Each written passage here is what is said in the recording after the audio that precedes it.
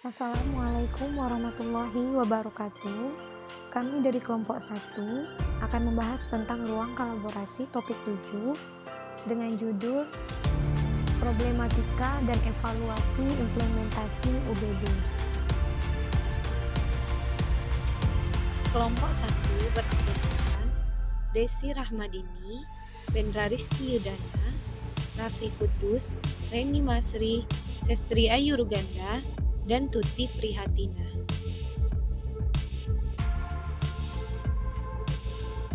Apa itu stakeholder?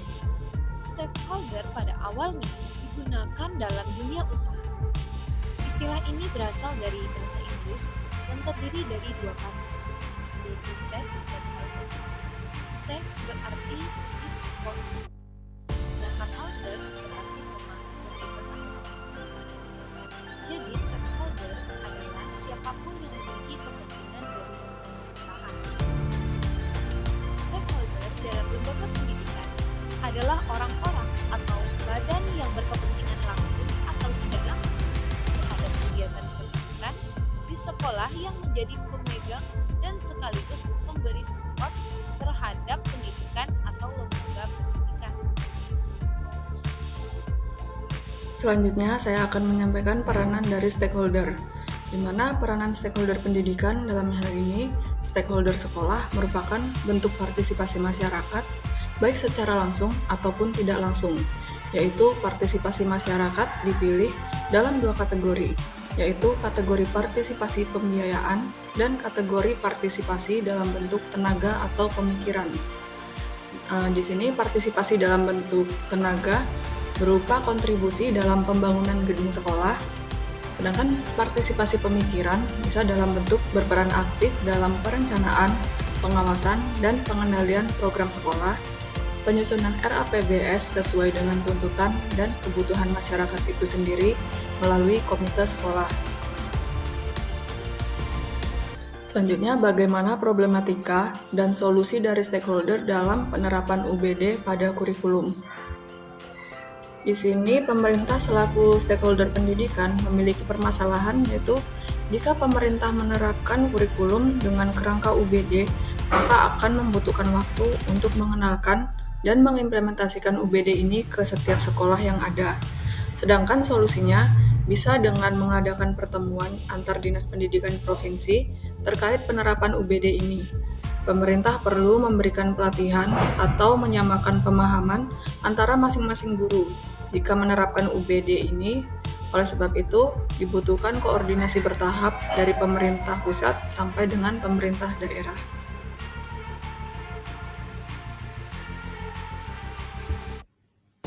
Baik, terima kasih. Akan saya lanjutkan. Saya Bendra Rizky Yudana, NIM 23345479. Di sini saya akan menjelaskan bagian stakeholder jabatan kepala sekolah, yang mana adapun permasalahan yang ada di sini. Yang pertama, kepala sekolah perlu memiliki pemahaman dan pengetahuan yang cukup tentang konsep understanding by design dan bagaimana menerapkannya dalam lingkungan pendidikan formal. Persoalan yang kedua yaitu kurangnya dukungan dari guru dan staf dapat menghambat proses implementasi dan menyebabkan hambatan dalam memperbaiki dan meningkatkan kualitas pembelajaran. Solusi. Adapun solusi dari persoalan-persoalan ini yang pertama, 1. Memberikan pelatihan dan dukungan untuk guru dan staf dalam merancang tujuan pembelajaran yang efektif. 2. Memastikan sumber daya yang cukup tersedia, berikan pengawasan dan monitoring yang cukup, dan memastikan bahwa semua pihak di sekolah memahami dengan baik atau memahami dan mendukung implementasi understanding by design dengan baik. Sekian, terima kasih. Dilanjutkan oleh rekan saya. Baik, saya Raffi Kudus akan melanjutkan mengenai kuota kurikulum. Yang mana di sini ada permasalahan seperti minimnya pengalaman dalam pengelolaan kurikulum UBD. Memastikan kehadiran guru di kelas memiliki kemampuan mengajar dengan baik dan sesuai dengan langkah-langkah UBD. perlunya memastikan instrumen evaluasi pembelajaran memfasilitasi tercapainya tujuan pembelajaran yang dirancang dan memonitor progres pelaksanaan pembelajaran UBD. Adapun solusi yang dapat ditawarkan yaitu mengikuti sosialisasi pengimplementasian UBD, meningkatkan kemampuan dalam pengembangan kurikulum, pengorganisasian dan pengawasan kurikulum, serta menerima dan merefleksikan hasil evaluasi dan pengawasan guna terwujudnya peningkatan kualitas pembelajaran terkait implementasi UBD. Sekian, saya lanjutkan kepada kawan selanjutnya. Slide selanjutnya akan saya lanjutkan, yaitu problematika yang dihadapi oleh komite sekolah. Adapun permasalahannya, yang pertama, tidak semua anggota komite sekolah memiliki latar belakang pendidikan, sehingga butuh waktu untuk memahami tentang kurikulum, khususnya penerapan UBD ini. Lalu orang-orang yang berada dalam komite sekolah umumnya masih mempunyai tugas lain di luar tugas komite, sehingga perlu waktu untuk mempelajari dan memahami penerapan UBD dalam kurikulum. Selanjutnya, permasalahan yang dialami oleh orang tua, yaitu secara umum orang tua atau wali siswa belum mengenal secara detail implementasi UBD ini.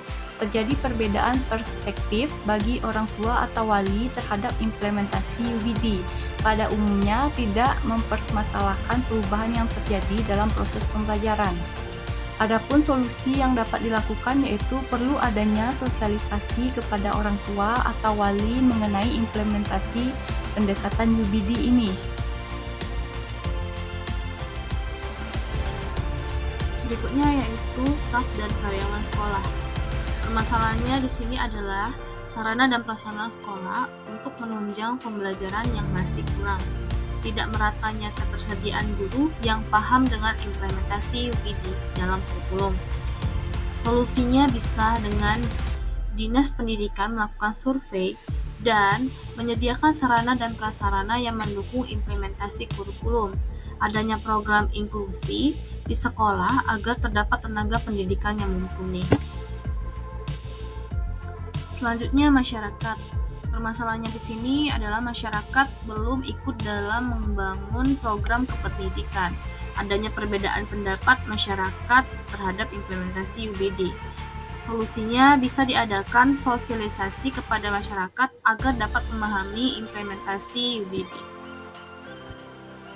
Referensi yang kami jadikan acuan, pertama ada Muhaimin dan kawan-kawan tahun 2009 dengan judul jurnalnya Manajemen Pendidikan, aplikasinya dalam penyusunan rencana pengembangan sekolah atau madrasah.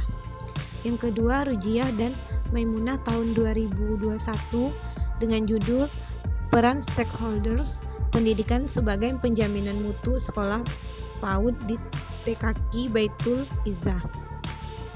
Selanjutnya Putra Made Susila tahun 2021 Peran Stakeholders dalam meningkatkan mutu pendidikan melalui pengembangan evaluasi kurikulum Prodi Sastra Agama dan Pendidikan Bahasa Bali. Sekian pembahasan dari kelompok kami. Semoga bisa menjadi ilmu dan referensi baru bagi kita semua. Kami mohon maaf jika ada kesalahan. Wabillahi taufiq wal hidayah. Wassalamualaikum warahmatullahi wabarakatuh.